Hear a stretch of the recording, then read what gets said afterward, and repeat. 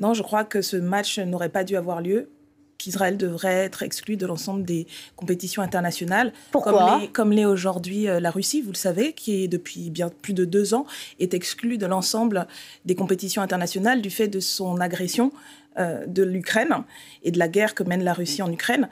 Vous le savez, l'ONU vient d'expliquer que 70% des victimes des massacres qui ont lieu en Palestine, à Gaza, sont des femmes et des enfants. Le groupe le plus victime, le plus ciblé, ce sont les enfants de 5 à 9 ans. Ça fait maintenant plus d'1 an que ce massacre a lieu. La Cour internationale de justice a indiqué qu'il y avait un risque plausible de génocide. Le procureur du tribunal pénal international a demandé un mandat d'arrêt contre les dirigeants politiques et militaires du Hamas, mais également contre les dirigeants d'Israël. Et donc, il n'y a aucune justification à ce 2 poids 2 mesures qui est absolument insupportable au regard de ce qui est fait par ailleurs vis-à-vis de d'autres... Donc vous dites, Israël ne doit plus jouer aucun match, doit être exclu de toutes les compétitions, y compris, là on parle de l'équipe nationale, mais par exemple le Maccabi Tel Aviv qui jouait la semaine dernière à Amsterdam. Ça a été demandé par plusieurs collectifs et je crois que ça devrait aller de soi. On ne peut pas appliquer une attitude à géométrie variable. On parle d'un plausible génocide. On parle d'un gouvernement qui a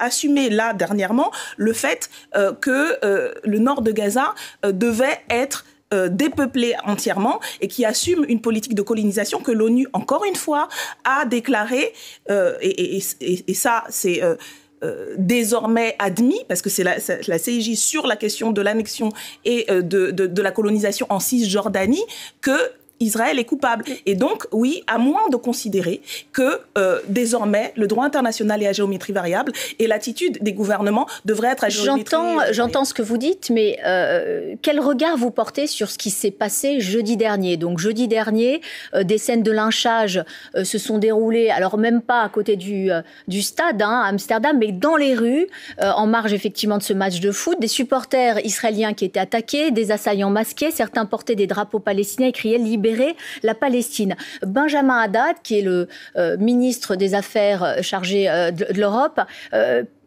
parle de chasse aux Juifs. Comment vous qualifiez les choses ? Est-ce que ce sont des actes antisémites ? Je pense qu'il faut se garder de diluer la gravité des références qui ont été utilisées pour parler de ces événements. Non, mais déjà, clairement, la référence, est-ce que ce sont pour vous déjà des actes antisémites ? Non, écoutez, les autorités policières qui ont arrêté un certain nombre de personnes vont déterminer la nature de ces actes. Il y a des témoins qui expliquent que c'était des guet-apens, que c'était prémédité avant même le début du match. Il y a un certain nombre de témoignages, vous les avez peut-être vus sur les réseaux sociaux, j'espère que votre chaîne en a rendu compte aussi, qui montrent comment avant, pendant et après... Est-ce que ça justifie un lynchage ? Enfin, c'est bien sûr qu'il y a eu des propos aussi racistes des supporters, mais est-ce que ça justifie une ratonnade ? Est-ce que ça justifie qu'on jette à l'eau des supporters israéliens en leur demandant de dire Free Palestine, sinon on les laisse mourir ? Madame Bouyagui, quand même. Écoutez ma réponse. Oui ? Si vous ne l'aviez pas interrompu, je vous l'aurais dit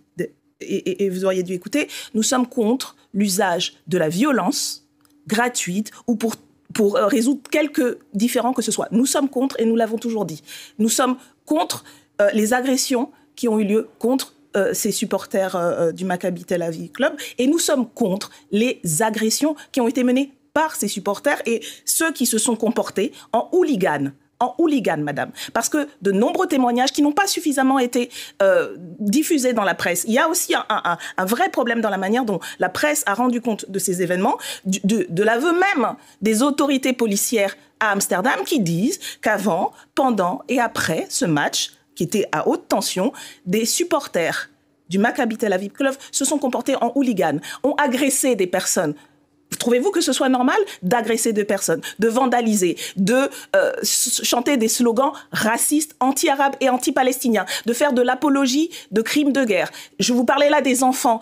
Je vous ai parlé des enfants palestiniens. Attendez. Je vous ai parlé des enfants palestiniens. Vous trouvez normal de scander dans la rue, dans les rues d'une ville, en arrivant pour supposément assister à un match, de scander qu'il n'y a plus d'école à Gaza parce que tous les enfants ont été tués. C'est inacceptable. Vous devriez être d'accord avec moi que cette violence, toute la violence. Moi, je suis pas interviewée en l'occurrence, mais effectivement, il y a eu. Vous reprenez uniquement et de manière unilatérale. Pas du tout. Je concède qu'il y a eu également ça. Mais je vous retourne la question. On est d'accord que tout cela est inacceptable. Que toutes les violences sont inacceptables. Je vous retourne la question. Vous dites finalement, et il y a aussi Raphaël Arnaud, qui est député insoumis, qui dit la même chose, qui dit c'était des hooligans d'extrême droite. Mais en même temps, il y a une scène qui a été documentée où on voit quelqu'un qui dit à terre, qui dit je suis pas juif. C'est-à-dire on voit bien que c'était pas juste du hooliganisme qu'il y a eu. Madame Bouygué, je crois que j'ai été très claire sur la dénonciation de tous les actes de violence et encore plus quand ce sont des actes de violence à caractère raciste, que ce soit du racisme antisémite, mais aussi quand c'est du racisme anti-palestinien et anti-arabe. Et tout le monde devrait avoir cette position.